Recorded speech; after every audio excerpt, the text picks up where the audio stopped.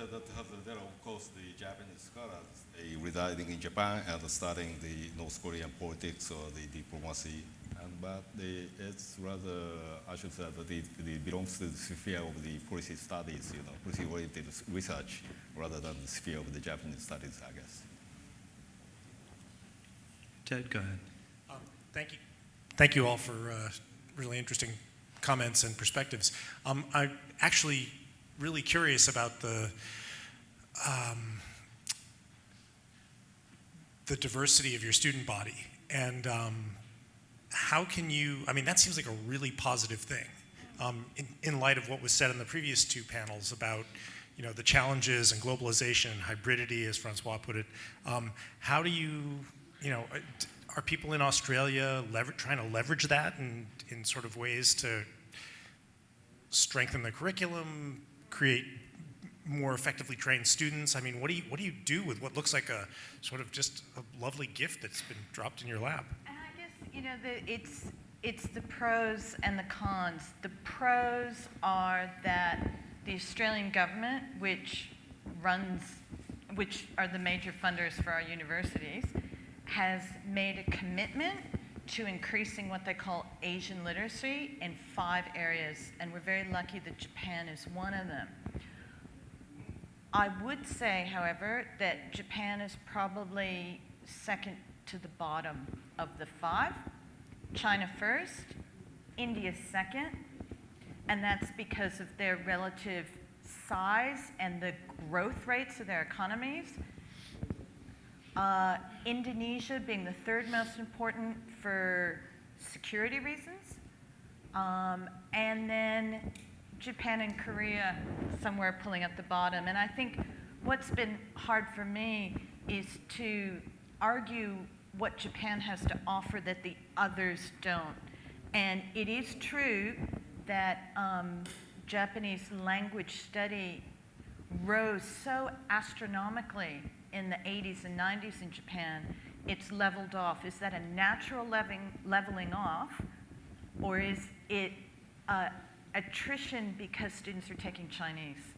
It's probably both, but I would assume that. Now, I like to think that education and intellectual advancement is not a zero-sum game, so I do not begrudge my Chinese studies colleagues for their gains.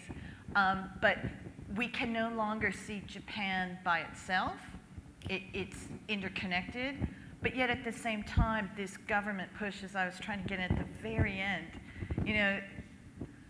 Japanese funders like the Japan Foundation, like people from the consulate and the embassy, they come to me after, behind the scenes and say, gee, I wish Australians weren't just so interested in making money off us. It's great that you're interested in us. It's great that you want to put money into Japanese studies, but do it for the person-to-person relations, not just so you can get a good deal on exporting iron ore. I just want to add one point about this, the diversity of students. I think a new generation of scholars are emerging in Northeast Asia, because we have launched a new government-sponsored program called the Campus Asia, having the Chinese students, Japanese students, and Korean students pursuing double degrees, mostly MA programs. And then we just started last year, and then I come to realize that most of them speak fluent English, and then local language, and then learning the second East Asian languages. So my students, for example, Korean native language, we teach in English, so English is perfect, and then usually speak either Chinese or Japanese. Eventually, they will learn both. So I think that this group of the newly emerging generation will constitute a very new generation of East Asian studies in coming years.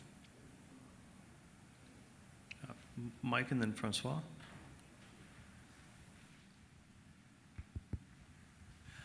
Thank you for your presentations.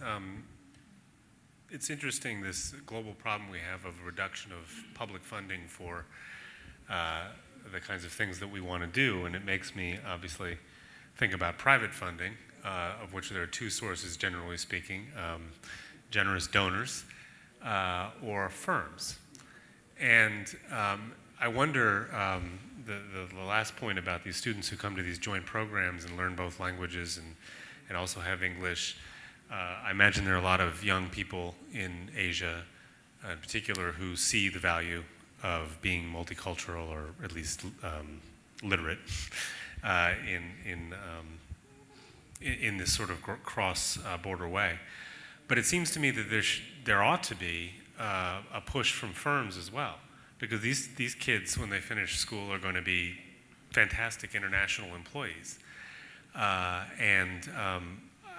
wonder if there's some way, I mean, there was a time when firms created these big foundations and funded a lot of things. If there's some way for us as an academic community to seek out that kind of support from big firms or foundations built by firms or industry associations or something like that, saying we will train the next generation of international employees. All we ask in return is that you also pay for our graduate students to help, but not just as a quid pro quo, but at least at this public university, I actually just calculated for the political science department, 40% of all classroom hours with our students are led by graduate students or recently graduated new PhDs who just were trained here. So our graduate students do a lot of the teaching of our undergraduates, so there's good reason to be funding them as well. And I'm just wondering if any of you have some thoughts about going after industry to help fund Japanese studies.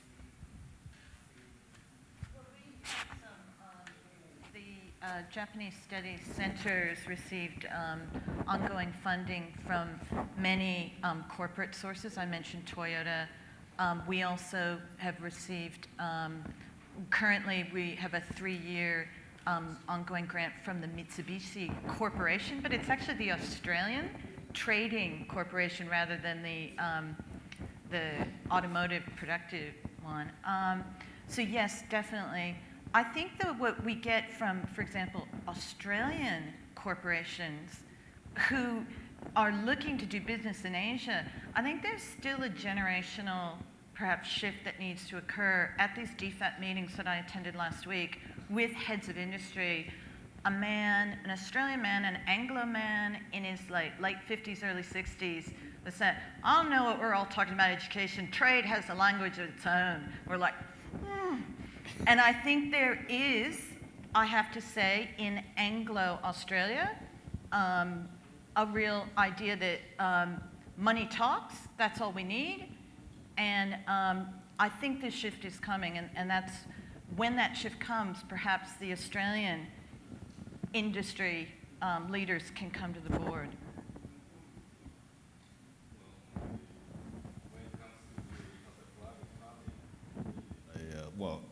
After the what we call the lost decades, a lot of the Japanese private companies suffered, and the what we call soft monies given from the Japanese private companies, to academic world or the non-profit world or the such policy committee of the Washington D.C.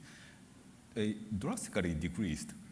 Particularly in the beginning of the year 2000, one of the very symbolic incident was the Brookings Institute fired, abolished the position of the Japan chair, and then the Lincoln was kicked out of that because the soft money from the Japanese private sectors didn't come enough to the Washington policy circle. But as recently as back at the year 2012 or so, they have shown the gradual recovery from the very bad times, hard times. And particularly after the advent of the current administration, because of the Abenomics that the current administration is taking, the depreciation of the yen has been advancing. So like this Professor Stevens said, the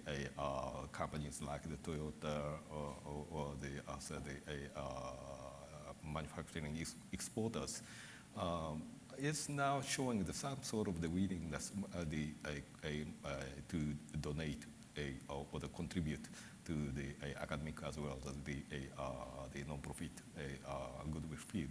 So what the Japanese manufacturers, maybe they have the potential, the sources of getting a private sector, as long as has this current level of the depreciation of the yen continues, and also I think the countries like the BRICS, or the new emerging economies, may be able to contribute, for some linkage between the Japanese studies and then their own countries. I was just recently talking with the director of the Guggenheim Museum, and then the Guggenheim is now is going to open their new museum in Abu Dhabi in the year 2017, and then it's the linkage between the American idea and the Gulf money, and it's a huge money that Abu Dhabi is going to spend about $2 billion for the acquisition and the construction of the museum. And then the American side, Guggenheim is only provides the ideas. So, like this case, if the academic community or the community of the Japanese studies provide certain ideas, which is very attractive to the potential private sector funders, in the BRICS or the emerging economies or the Gulf countries, that there may be some chance, to get the soft money or the private funding. Yeah. About this private sector funding, I think the private companies should have some stakes in the target countries in order to fund academic institutions. So the Toyota Korea, for example, is prospering, and then they as a part of a corporate social responsibility, they are donating to our Graduate School of International Studies, which is a very gracious donation. But other companies are reluctant. And as for the Korean companies, the big companies like Hyundai, Samsung, the SK Telecom, and then POSCO, they are trying to give some donations doing Chinese studies because their business in China is growing, not in Japan. So it's a kind of, a very hard situation to draw some attention from those, the big companies in Korea. Mariko, I think. I'm sorry, Francois. And then Mariko.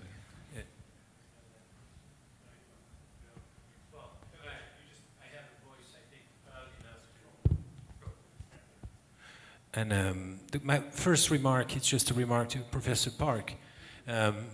It is true that Korean scholars, just mentioned that as an example. For example, at Kyoto University at the Jimbun, Professor Kim was appointed as director, Department of Sinology, Japanese Studies, which means he was able to play up to par with Japanese scholars that you mentioned in your talk.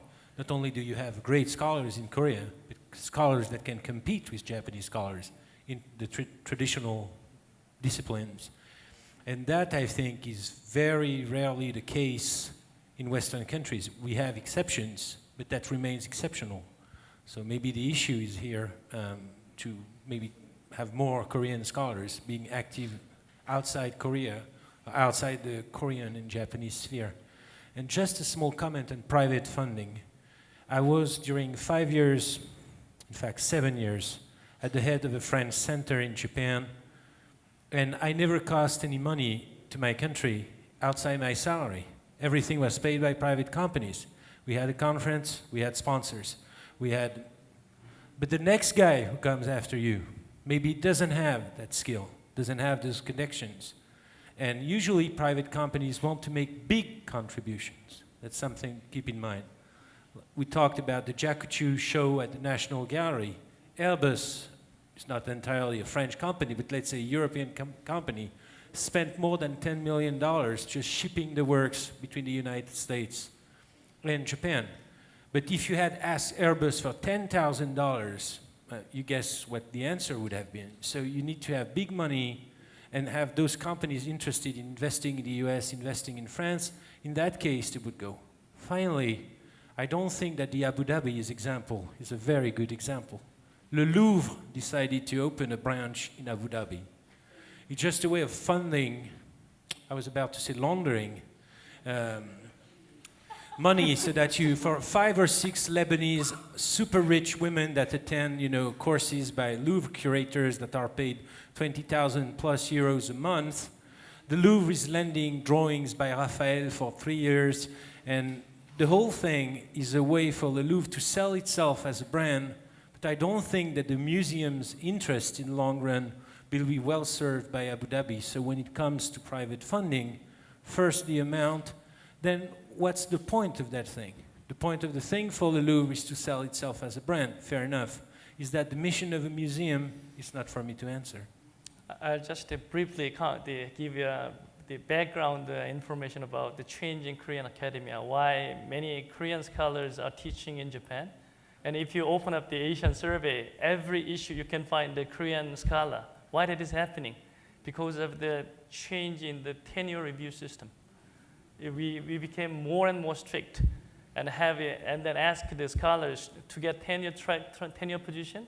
You have SCI, the journals, and then or publication in American University Press. So rather than writing in Korean, they are writing more and more in English, and then send it to the American or English journal. And then even in Japan, after doing PhD, rather than coming directly back to Korea, they get the position and they have a 2 or 3 or 4 year experience in Japan, and then writing, and then come back later. So academia is changing in Korea. Well, I just want to make one comment to the JACTU exhibition and the Airbus. You mentioned that Airbus is donated for the JACTU exhibition, although it's a European company. And because the Japanese aircraft market is totally dominated by the U.S. aircraft. It's maybe the U.S. and Japan and Israel only buys the American aircraft. And then so the Airbus wanted to penetrate into that market, and that's why they established the Airbus Japan, and try to take advantage of the JACTU exhibition. And well, again, that this is the lesson is that if there is any linkage or the chance, there is a possibility of getting the right private funding. Mariko, you want to ask your question?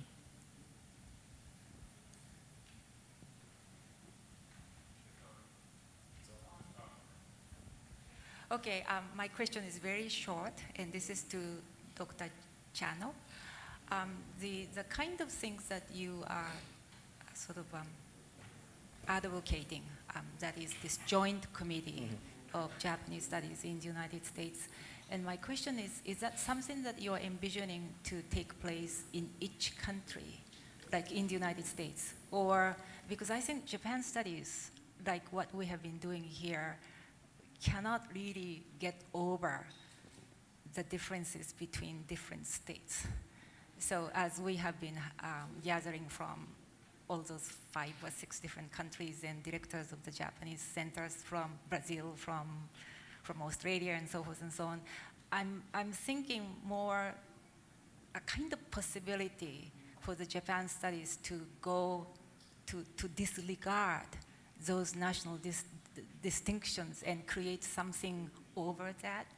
So creating this kind of joint committee is a great idea, and I really do remember what happened in 1968, and one of the topics was modernization, which had such a long-lasting influence on what we have done in Japanese studies.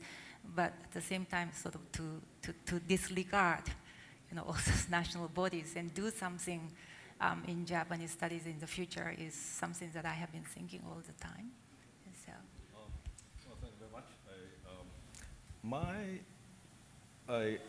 idea or what I discussed today is a possibility of the establishment of the second joint committee type, a organization or the association committee, is still at the very infant stage.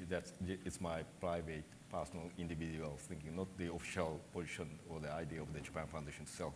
But I personally think that that this kind of the institution or a structure is necessary, and that because I am currently taking care of mainly the expansion of the Japanese studies in the United States, I think that what I'm thinking is just the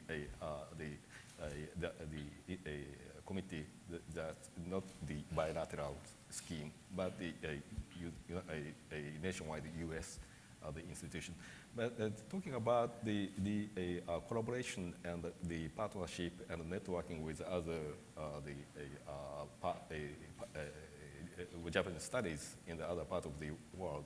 In case of the Europe, there is the Association of European Association of Japanese Studies, and in Asia there is a association of the Japanese Studies.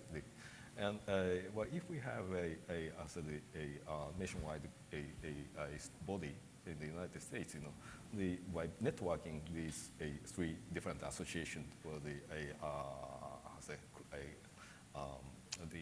cross-departmental, cross-national institutions, perhaps we can provide we can get much better the international coordination body, and then that may contribute to the progress and then the expansion of the Japanese studies globally. As for the regional, the association, the regional, I have talked about this East Asian, the Association of Japanese Studies, is that this is the only area that lacks a regional league. You have AAS in North America. Europe has a European Association of Japanese Studies. And I heard that the Southeast Asia, they are organizing a Southeast Asian organization of the Japanese studies this year. So the big missing link is in Northeast Asia. When the number of Japanese specialists are so many, and then they either go to the North America or other area to talk about Japan. So that's the reason why I'm talking about the possibility of organizing East Asian League of Japanese Studies. Okay, I think we're well over time, but will you join me again in thanking our panelists?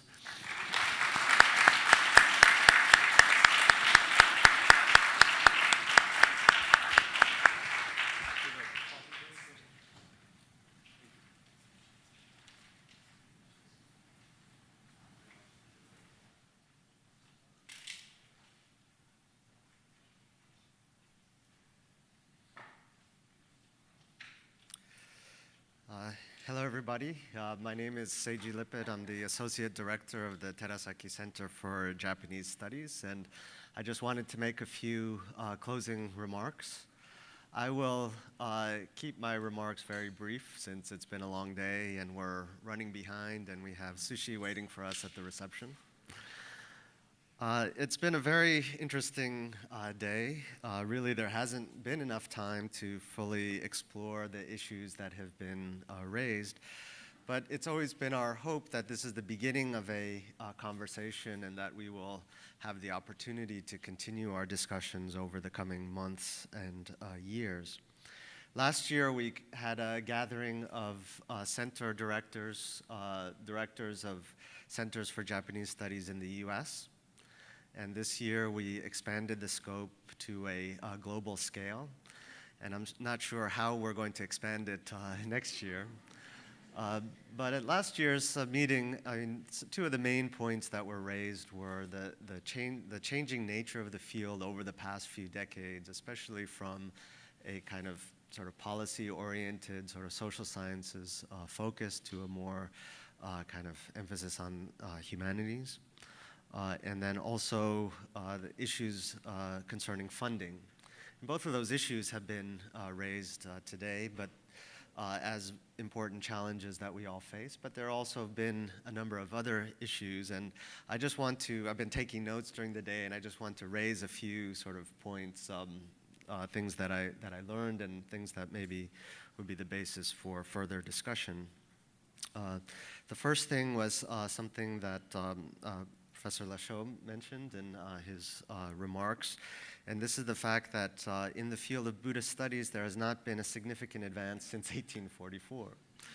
Now at UCLA, we actually have a very distinguished program of Buddhist studies, and so I can't wait to tell my colleagues what I've learned today. Okay, yes, sure. Yes, yes. Yes, yes. I will. But on a more sort of serious note, it really struck me how all of our presenters, or almost all of our presenters here, talked about projects that were funded in part or in great extent by the Japan Foundation, with the exception of Korea.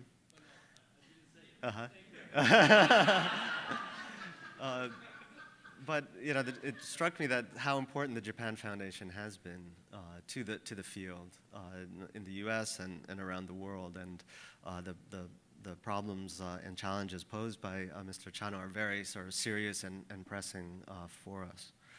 And it's definitely something, as you said, that we need to be sort of proactive about and not simply think it's somebody else's problem. The other thing that struck me was the language issue, the question of language. It appears that sort of English has become the de facto universal language of global Japanese studies, and what are the sort of problems posed by that? Actually, some people sort of talked about some of the problems that poses for people who are working